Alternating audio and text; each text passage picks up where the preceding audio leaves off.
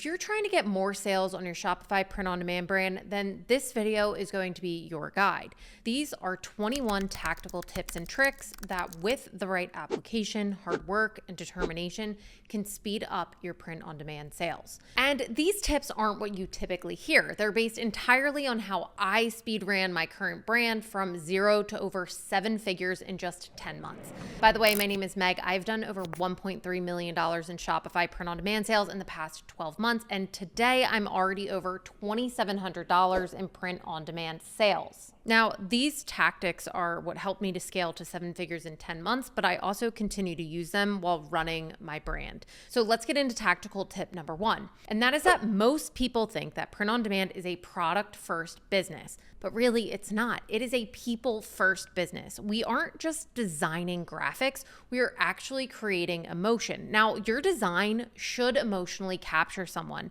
should spark a memory or create a feeling. In fact, Tony Robbins has honestly said it best. People buy feelings, not things. And I don't know about you, but I definitely listen to Tony Robbins because he has been tapping into the emotion of people and selling them his products for decades. And not only is it backed by Tony Robbins, but it's also backed by psychology, that if emotion is tied to something, people are more likely to buy it. Now, tip number 2 is stay broad and then niche down. With History Tees, we tested all kinds of styles. We tried serious styles, typography styles, boring historical references, but it wasn't until we hit sarcastic humor mixed with history that something just clicked. Over time, we ended up finding our voice and essentially our person. Now, this is what a lot of new beginners need to start doing. I'll either see people go so super broad that they don't talk to anybody, or they'll niche down so much that they barely have an audience. Now, tip number 3 that I used to scale to 7 figures in 10 months was to test 100 products right away.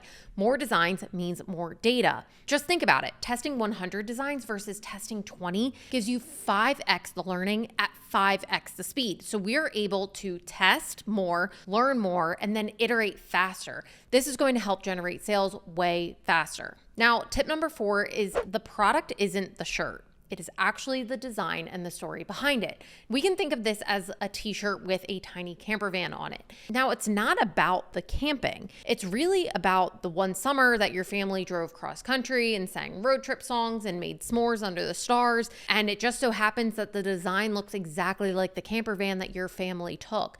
The design reminds people of who they were or who they essentially want to be. We need to remember that that is our product that we are actually creating and selling, not the physical t-shirt or the mug or the phone case that a lot of people just assume is what we are selling with print on demand. If you're able to unlock that and then design for emotion, sales will naturally happen. Tip number 5 is that I let the algorithm do the targeting.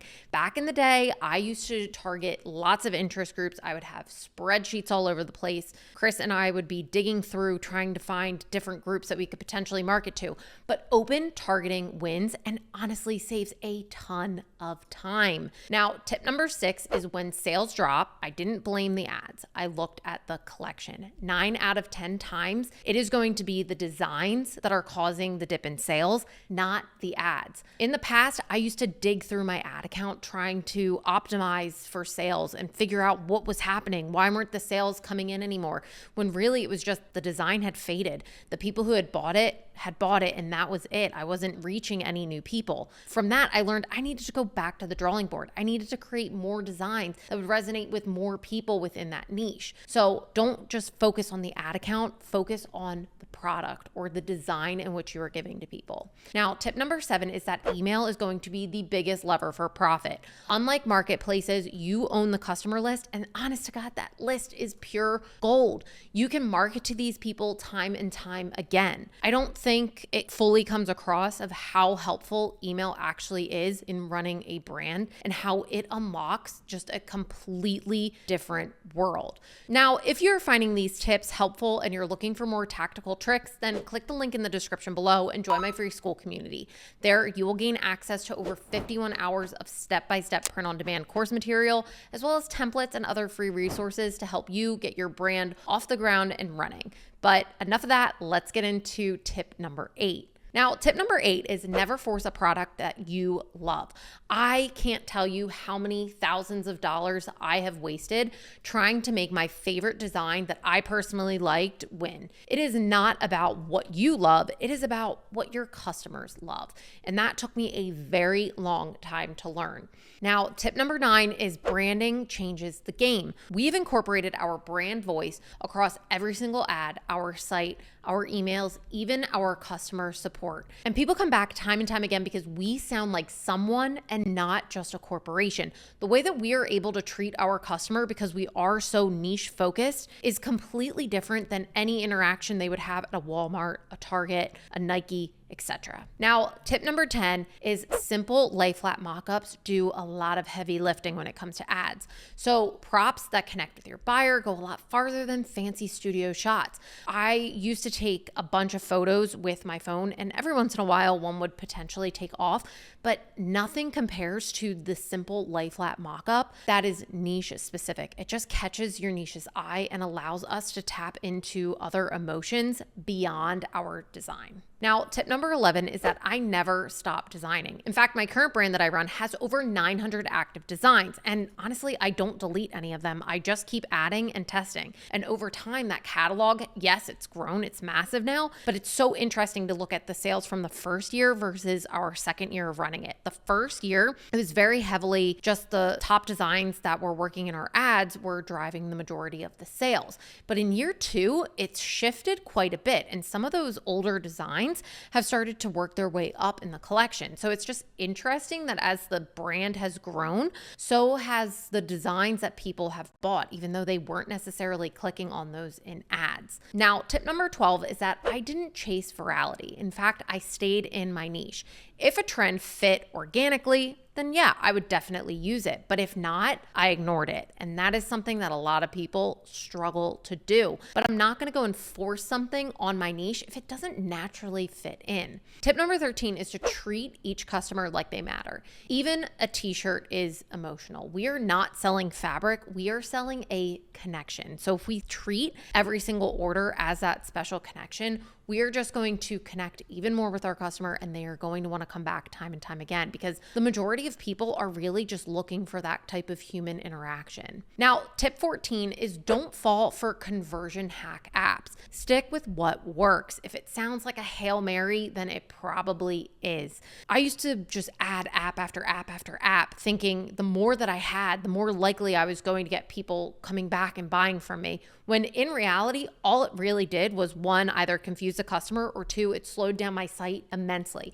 So now I just stick with what I know works. I try to keep my site as simple as possible so that I'm not overwhelming the customer. Tip 15 is that I used email to connect, not just convert. I told stories, I explained our mission, and I built trust. I didn't just look for a way to continue selling to my customer time and time again. Don't get me wrong, email is a great place to remarket to our customers, but it's even more important to just build that connection with the customer. Because if we're building that connection and they see we're a real person, they're going to want to come back and continue contributing and continue to help our business thrive. Now, tip 16 is I never design without research. I studied what works, even outside of my niche. So I will look across and look at the dog niche. I'll look at the outdoors niche. I'll look at all different concepts across the board. I'll look at Etsy. I'll look at Amazon. I'll look at Everbee.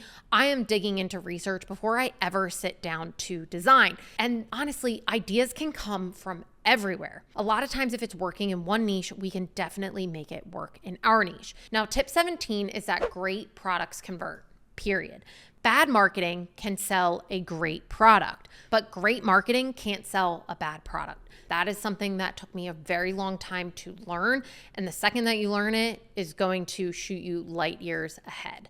Now, tip 18 is that I collected UGC from day one, or user generated content. One happy customer builds trust and others will follow. Tip 19 is one avatar, one product, one platform. That focus let me scale fast because I didn't have to learn how to market a bunch of different products. Because if I was selling one product to one person via one traffic source, aka Meta ads, I was going to be able to learn all of those and scale so much faster rather than trying to do Pinterest ads and Google ads and Facebook ads and try some TikTok. that is just going to be split focus. If we focus on one product, one avatar, and one traffic source, you are going to speed up getting sales, period. Now, tip 20 is that print on demand is just fulfillment. The real game is in the branding, the storytelling, and the customer loyalty. That took me a really long time to learn, and I think it's something that gets confused in the business. A lot of people will say that print on demand is a business model. It's not. It's simply a fulfillment model. It just allows me to not have to buy inventory or worry about fulfilling or having to ship to my customers. Instead, I can simply be the middleman. Once you learn that, you're able to focus on the big things that will actually move the business without getting focused on the fulfillment. Now, tip 21 is that I didn't get lucky, I got focused. People think that business is luck and that we've just stumble upon things and the sales just naturally happen. It is not luck. It really comes down to testing, iterating, and never giving up. And this is something that has worked in every single business model that I have tried. It has worked in e-commerce. It has worked in YouTube.